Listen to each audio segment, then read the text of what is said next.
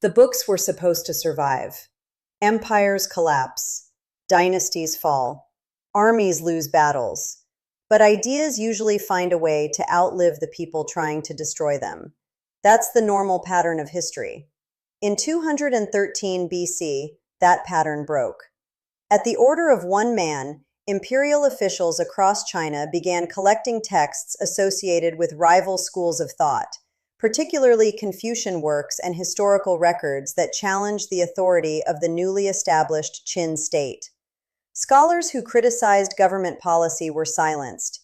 Entire intellectual traditions suddenly became dangerous to possess. For generations, the story has been told as a cautionary tale about tyranny. An insecure emperor burns books because he fears criticism. End of story. The problem is that this explanation is too simple, because the emperor who ordered those fires didn't merely destroy ideas. He created a political machine so effective that more than 2,000 years later, its basic logic still echoes through the Chinese state. And that raises a question that historians still argue about. What if the book burning wasn't the madness of a ruler losing control? What if it was the logical final step in a project that had already transformed China forever?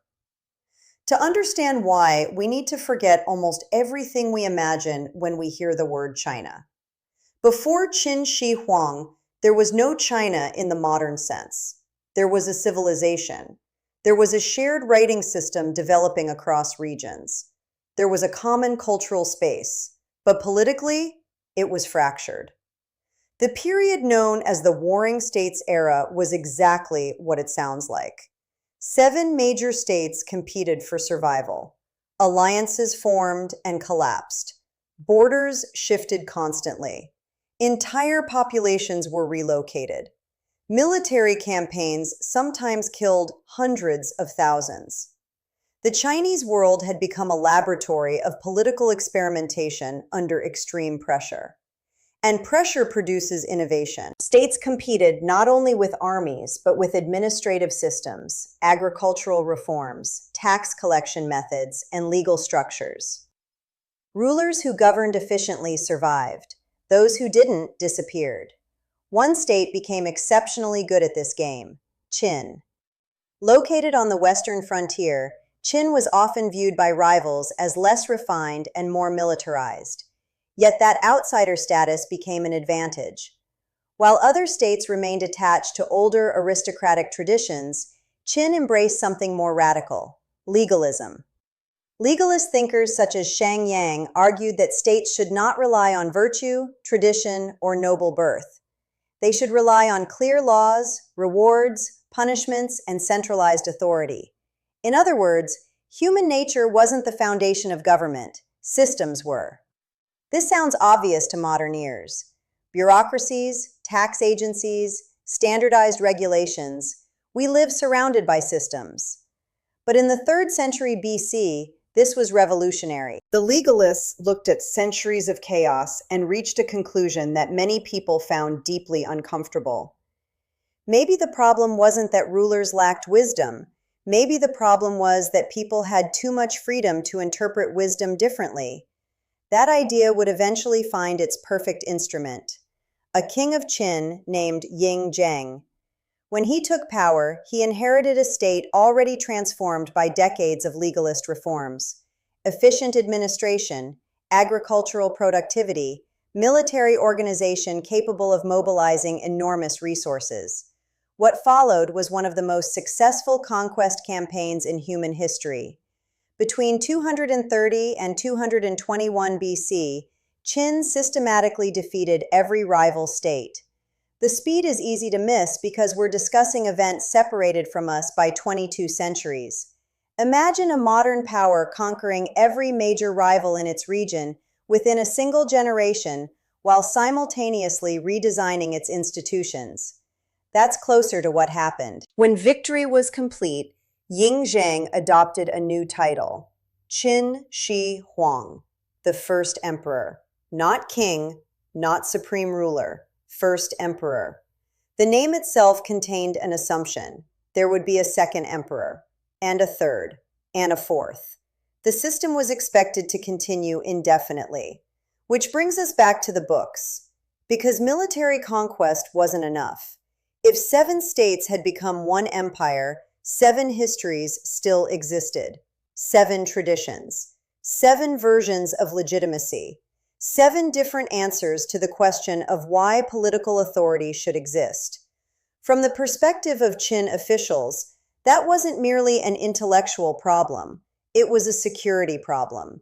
And once you understand that distinction, the fires begin to look very different, not rational, not justified, but frighteningly consistent. The emperor who burned the books wasn't trying to erase the past because he hated knowledge. He was trying to eliminate competing sources of authority. And the deeper you look into that decision, the more it starts to resemble the blueprint of something much larger. Because the books were only one target. The real objective was history itself. The traditional story says Qin Shi Huang burned books because he feared criticism. There's truth in that. Powerful rulers rarely enjoy being told they're wrong.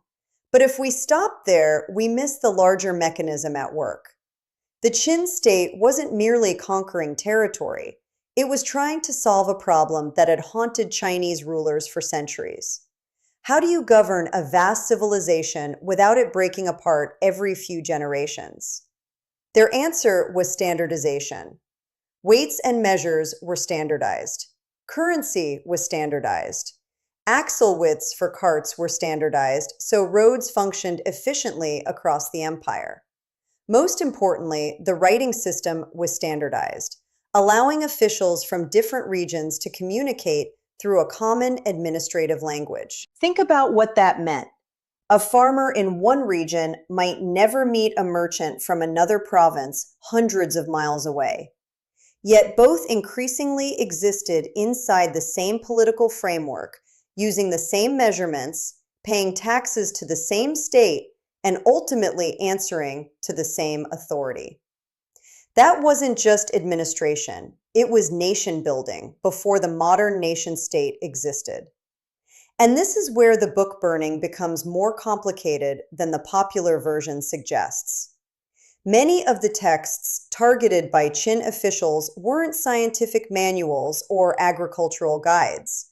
Historical records, medicine, and practical works were often exempted.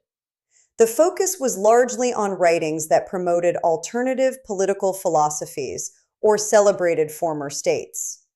From the government's perspective, those texts kept old loyalties alive. A former citizen of Chu could still think like a citizen of Chu. A former noble from Zhao could still imagine a different political order. Every historical account praising earlier rulers implicitly questioned the legitimacy of the new empire. The Qin leadership saw that as a vulnerability.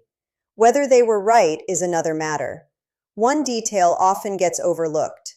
The dynasty that carried out these sweeping reforms lasted only about 15 years after unification. 15. One of history's most ambitious political projects collapsed with astonishing speed. Heavy taxation, forced labor projects, harsh legal punishments, and relentless state demands generated widespread resentment. Rebellions erupted shortly after Qin Shi Huang's death in 210 BC. By 206 BC, the dynasty was gone. There's a dry irony here. The regime that tried to control history barely survived long enough to become history itself. Yet something remarkable happened next. The victorious Han dynasty could have dismantled the Qin system entirely. It didn't. Han rulers criticized Qin brutality. They condemned excesses. They embraced Confucian ideas that the Qin had suppressed. But they kept the centralized bureaucracy. They kept the administrative divisions. They kept much of the machinery. In effect, the Han government rejected the Qin's methods while preserving its architecture. This is why the first emperor remains such a difficult figure to judge. If you measure him as a dynastic ruler, he failed. His dynasty collapsed almost immediately. If you measure him as an institutional architect, he succeeded beyond almost anyone in history. Modern China is not the Qin Empire. The differences are enormous. But the basic assumption that a vast territory can be governed through a strong central state, unified administration, and standardized systems traces a line that runs directly through Qin unification. And here's the question I keep coming back to. What survives longer, a government or an idea about how government should work? The Qin dynasty disappeared. The Qin model didn't. There's a strange pattern in history. The leaders who build durable systems are not always the ones people admire. Sometimes they're the ones people spend centuries arguing about. Qin Shi Huang belongs firmly in that category. Ask 10 historians whether he was a visionary state builder or a ruthless tyrant, and you'll probably get 11 answers. The evidence for both cases exists. That's what makes him so difficult to fit into a simple narrative. Let's start with the criticism. The Qin state was extraordinarily harsh. Legalist doctrine assumed that people responded primarily to incentives and punishments. The law was meant to be clear, but it was also severe. Collective punishment could extend beyond the individual offender. Forced labor projects consumed enormous human resources. Entire populations were relocated when the state found it convenient. From a modern perspective, much of it is deeply unsettling. And even by ancient standards, Qin had a reputation for severity. The Great Wall often appears in popular discussions of Qin Shi Huang, although the reality is more complicated. He didn't build the entire wall we see today. What he did was connect and expand earlier defensive fortifications across northern territories. The project required vast amounts of labor and cost countless lives.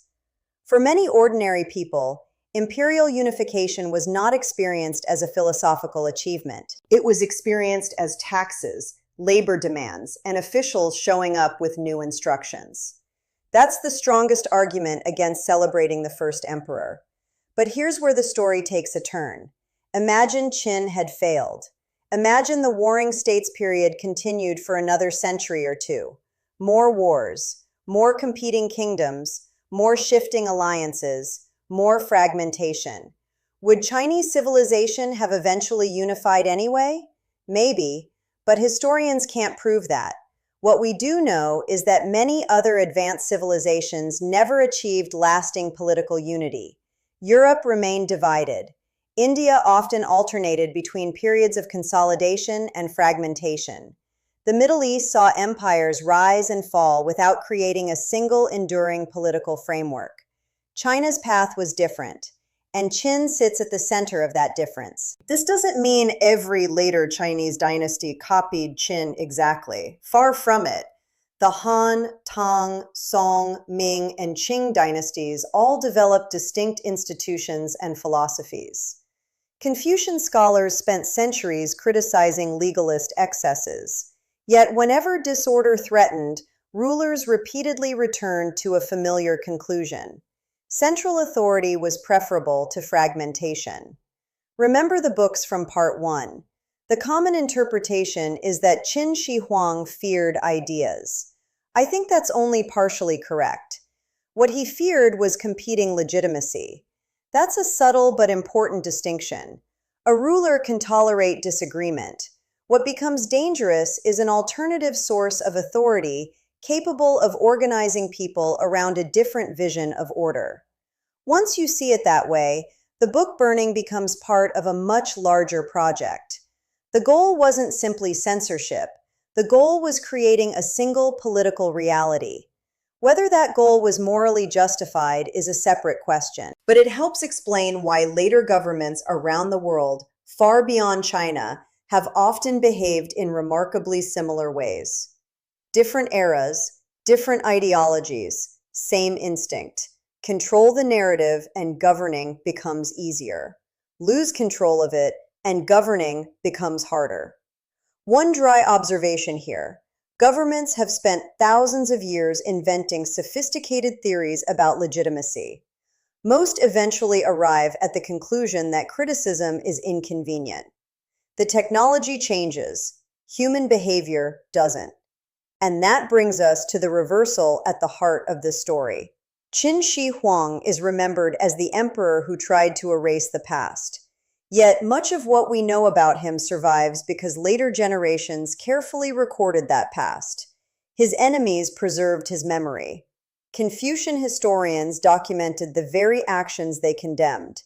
Dynasties that rejected Qin brutality still treated Qin unification as a foundational moment in Chinese history. The man who sought control over historical memory ultimately lost control over how history remembered him. But he won something else, something larger. Because when modern Chinese leaders speak about unity, territorial integrity, administrative coherence, or the dangers of fragmentation, they are often operating within a framework whose foundations were laid more than 2,200 years ago. The dynasty vanished. The assumption survived. By this point, it's tempting to choose a side. Either Qin Shi Huang was a nation-building genius who dragged China out of centuries of warfare, or he was a tyrant whose brutality happened to leave behind useful institutions. History would be much easier if the answer were that clean. It isn't. The strongest defense of Qin Shi Huang is straightforward. Before unification, the Chinese world was trapped in a cycle of competition that had lasted for generations. States rose, fell, and fought with increasing efficiency. Military innovation made wars larger and deadlier. A system capable of ending that fragmentation carried obvious advantages. The strongest criticism is equally straightforward. The costs were staggering. People were executed, relocated, conscripted, and taxed to support projects whose benefits often arrived long after the suffering. Entire schools of thought were suppressed. Political obedience became a higher priority than intellectual diversity. Both statements are true at the same time. That's what makes this legacy so difficult.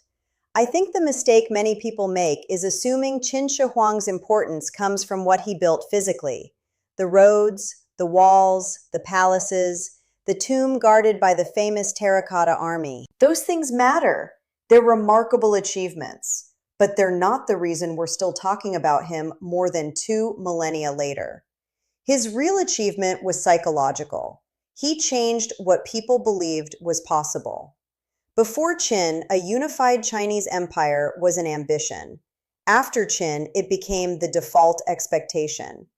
That distinction matters enormously, because every dynasty that followed inherited a powerful assumption. When China fragmented, reunification was the goal. Disorder was temporary. Unity was normal. You can see echoes of that idea throughout Chinese history. The Han restored imperial rule after Qin collapsed. The Sui reunited China after centuries of division. The Tang inherited and expanded the imperial framework. Even in periods of fragmentation, many political actors viewed reunification not as one option among many, but as the desired outcome. That intellectual inheritance may be Qin Shi Huang's most enduring contribution. And yet, here's the uncomfortable part. The stability people often credit to Qin wasn't created by Qin alone. The Han Dynasty softened the harsher edges of legalism. Confucian scholars developed ethical frameworks for governance. Later dynasties refined administration, taxation, law, and education over centuries. In other words, the system survived because later generations modified it. The foundation was Qin. The house was built by many others. That's why I think both admirers and critics sometimes oversimplify the story. Admiration can become hero worship. Criticism can become moral accounting detached from historical reality. Neither fully explains what happened. My own view is that Qin Shi Huang was neither the villain of a cautionary tale nor the hero of a national epic. He was something rarer, a ruler who fundamentally altered the trajectory of a civilization, not because he was uniquely wise, not because he was uniquely cruel, but because he solved one problem so effectively that later generations spent more than 2,000 years living inside the framework he created. That doesn't excuse the book burnings. It doesn't justify repression. It doesn't erase the suffering. History isn't a courtroom where one verdict settles everything. What it does suggest is that some figures become too large for simple moral categories, and Qin Shi Huang is one of them. Remember where we started. The books were supposed to survive. Many didn't. Yet the deeper irony is that the emperor who tried to control memory became trapped inside it. Every generation since has argued over his legacy. Some see a tyrant, others see a founder. Most see pieces of both. My prediction is that this debate won't end anytime soon. In fact, as China's global influence grows, interest in the first emperor will probably grow with it. Because people searching for China's future inevitably find themselves staring at its origins. And sitting near the beginning of that story is a man who burned books, unified kingdoms, terrified his enemies, exhausted his people, and somehow helped create one of the longest-lasting political civilizations in human history. Not bad for someone whose own dynasty barely outlived him. If you enjoyed this deep dive, subscribe for the next one. There are plenty of historical figures who changed the world. Very few are still arguing with us 2,200 years later.